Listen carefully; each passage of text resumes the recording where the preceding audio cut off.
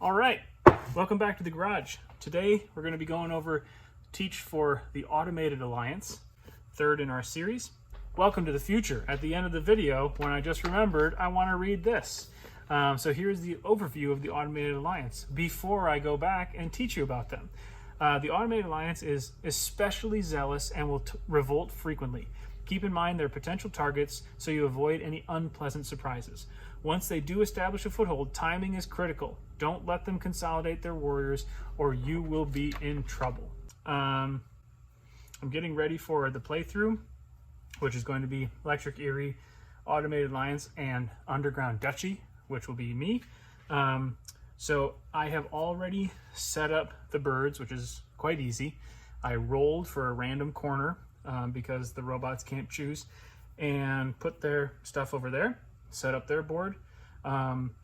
I have just sort of organized over here, but they come later. Before we do them, we need the very basic setup for the automated alliance. So first things first, you're just going to organize your loaves of bread, your little warriors. To get your 10 guys there, you're going to place your bases on the matching spots here on your board. And then you're going to put all of your sympathy tokens onto the track. So far, so exactly like the player. Victory points over here. Boom, done with setup. Just like if you're a human-controlled alliance, very simple setup to get it to the table. So up here at the top are rules. Automated outrage. When a human player, not a robot, and either removes a sympathy token or moves warriors into a sympathetic clearing, instead of having to give up a card to the pile of supporters for the human controlled alliance, you will not see this section here because the bots don't use that. So instead of a human player having to discard to the supporters stack, they must discard a card that matches the clearing. So if they're moving into 11, they need to either be able to discard a mouse or a bird card. And if they cannot, that doesn't mean they can't go there. That means that the Automated Alliance just gets a victory point. This does not occur for the Clockwork factions doing the same thing. So if this sympathy token were to go here and the birds were to move into it, they do not need to pay cards because they don't have a hand. But the Automated Alliance does not get a victory point for that. There are some rules in the Clockwork rule set that are just there because we know that the bots aren't paying attention to certain things. And there is no accounting from the Electric Eerie standpoint for sympathy tokens. So it just, we don't worry about it. Automated ambush is the next one. In battle as a defender, the Automated Alliance deals an extra hit. This is the Clockwork's variation on the Guerrilla War rule, where the human player gets to use the higher die when defending. But the Automated Alliance can actually get that back as well. But it's just a way to make their warriors a little bit more potent, and I'll explain why that's important later on. Poor manual dexterity, no hands. Curse these metal hands. Last but not least, there is not a hate surprises. I know I've said this for the last 2 Teach videos. The Marquis and the Eerie both hate them. So when they're attacking you, you can't play an ambush card to deal 2 hits. Well, they're just saving room up here because the Automated Alliance, spoiler alert, will never attack. They will only sit there and be jerks about not wanting to leave an area. They will never go on the offensive, so they didn't need to write that on here. Birdsong. First up, reveal a card. Gasp! So different. Just kidding, it's on all of them. Second thing, craft. Now remember, no matter what the victory point is, the robots only ever get 1 point for crafting any items. Next up, revolt. Remove all enemy pieces from the ordered sympathetic clearing with the most enemy pieces and place the ordered base there. In order for this to happen, the matching ordered base must not be already on the map. So obviously this will never happen on your first turn because all the sympathy is over here. The forest is completely unsympathetic to the Alliance's mission. Now later on in the game, if something like this were to happen, you still have the mouse base on your player board, so you plop it down here, and you destroy all the pieces that are there. But that's not happening, because we haven't gotten to that point. So you do not revolt, which actually may seem like you dodged a bullet as the non-Alliance player, but there are benefits to them if they do not revolt. If the ordered card is a bird card, you skip this step for now. We'll come back to it in a second. Now, this is the main way this Clockwork opponent interacts with other players, so it's critical to keep your eyes on the spread of sympathy tokens. Speaking of which, next up, Public Pity. So this is the first turn of the game. There is no presence on the table, so they have to build more sympathy before they can revolt. If you didn't revolt this turn, we did not, you're going to spread sympathy twice if you have 4 or fewer sympathetic clearings, and 1 time if you have 5 or more. So whenever spread sympathy appears on the board, it's shorthand for the following actions. You're going to place the leftmost sympathy token in the ordered unsympathetic clearing, which is also adjacent to a sympathetic clearing, with the fewest enemy warriors, and then score the victory points. So if there are no such clearings, you're going to place a token in the clearing with the fewest enemy pieces. In this case, there are no sympathetic clearings whatsoever. So you immediately go to the first tiebreaker, fewest enemy pieces. There are no enemy pieces on the board aside from that corner. So remember, the final kind of tiebreaker for Clockworks, unless they tell you otherwise, is going to be in priority, top priority down. That's going to be the highest priority. Now we've placed it, we score victory points, but for the first one, we don't. There's nothing there. For the second one, because we have 4 or fewer sympathy tokens on the board, first we're going to look for an ordered clearing mouse that is adjacent to a sympathetic clearing. Those do not exist. They are not adjacent. So since you don't have a target, we're going to go to that no such clearings rule, and instead we're going to place it in the clearing with the fewest enemy pieces, which again, we are tied here. So we already have second, we're gonna put it on third. That one does get us a victory point, so we have that going for us. Now, if we were to draw this later on, and this was our board state, and you cannot spread because we don't have any more sympathy tokens. Instead, you're going to score 5 victory points for the Automated Alliance. Pro tip, if this is the game state, you have a problem as the non-Automated Alliance character. This is not good. So, a bit about the sympathy tokens. There is a placement limit of 1 per clearing, just like with the Human Alliance. For Human Alliance players, martial law requires them to spend an extra supporter card to place a sympathy token in a clearing with 3 or more enemy warriors. Since the Clockworks don't have hands of cards to spend extra things from, let's say this was the game state when we drew this. We're going to be looking for an ordered clearing, a mouse clearing, adjacent to a sympathetic clearing. So in this case, 11. There are a lot of places that have fewer enemy warriors, but this one is close to this kind of wedge of sympathy here. So when we place this down, because there are 3 or more, we score 1 fewer victory point. So we should have scored 1, but we instead don't score anything. That goes to a minimum of 0. You can't score negative points. If you're putting your first one down, that would be mean. Little note, because the Automated Alliance will be getting sympathy tokens to the board a little more often than the human player would, there is a slight change in terms of point distribution. They only get to 4 points for the very last one, as opposed to the human player, where it's 0, 3 1s, 2 2s, a 3, and 3 4s. This is 1 point all the way up here. We have 2 2s, 2 3s, and a 4 on the end.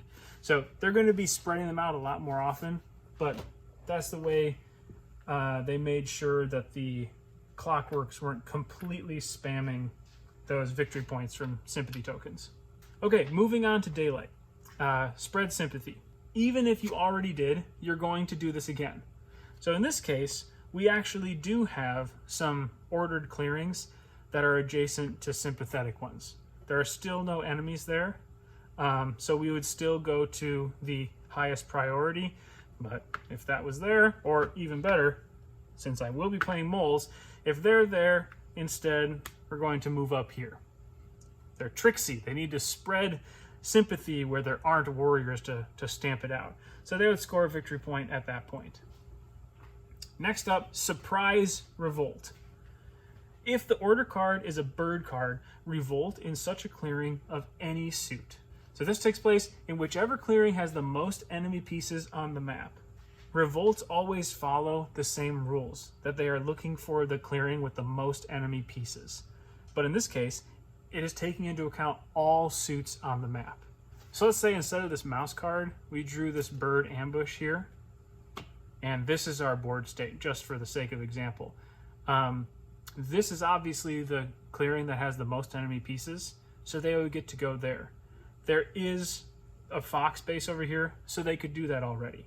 Now, if the fox base was already out on the board, if I'd already blown up, I guess I wouldn't need this here. If I'd already blown up a bunch of enemies here, even though this is the clearing with the most enemy pieces, it can't revolt because the piece is already out here. The base is on the board. So then it would only be able to choose between yellow and orange. There are two enemies here, but this isn't sympathetic. So in that case, they would just look for the highest priority and they would revolt. They wouldn't do anything. However, as you're going to see, having bases on the map is beneficial to them. So we're going to keep these out here just for example's sake. So I've mentioned before, you need to keep an eye on the spread of sympathy tokens, which I've kind of been moving across in this wave here, to make sure your biggest and best bases don't get blowed up. But as with the other Clockwork factions, drawing a bird card for your ordered card is kind of the leveled up version of the typical turn. Simply put, you can't really account for all the revolt options for a bird order card because the Automated Alliance may have plopped down up to 3 sympathy tokens this turn, and only then does it look to see where they can get the most bang for their buck. Yeah, it's scary stuff. With revolting over here, this is before any sympathy tokens have been spread. But with revolting over here, you've spread pity or sympathy potentially 3 times before that. So you as the player are never quite sure where that could go. Moving on to evening, you're going to organize. In each clearing with a base and 3 or more Alliance warriors, remove all the warriors and spread sympathy again. Currently, we have new bases here. Let's pretend like this one's been here a while. That's less than 3, so we're going to ignore that. Recruit. Place a warrior in each clearing with a base. As this is the only time the Automated Alliance is going to make more warriors, they're really more of an obstacle on the map that also serves as a ticking time bomb for more sympathy. They will never attack, hence not needing the hate surprises thing. They just do a really, really good job of defending because they're saving their energy, I guess. The human-controlled Alliance warriors were so involved in their creation and their usage, this sort of like a distillation of the Alliance's slow propagation throughout the woods. The warriors really aren't the focus of the faction. The warriors are a means to an end.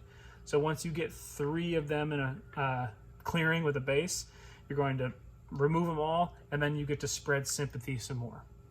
So like I said, just an obstacle to be overcome, which every now and then pops and sympathy spreads. And finally, you're going to discard your order card, just like almost all the other Clockworks, minus the Eerie. Crackdown. So right here, whenever a base is removed from the map, remove all sympathy tokens from clearings matching the suit of the base removed. So let's say the birds make it over here. They're going to attack. First of all, 3 and 1. So right here it is.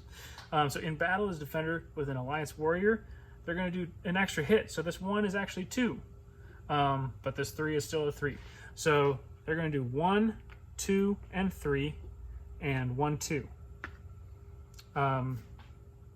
So that's gone. This goes back.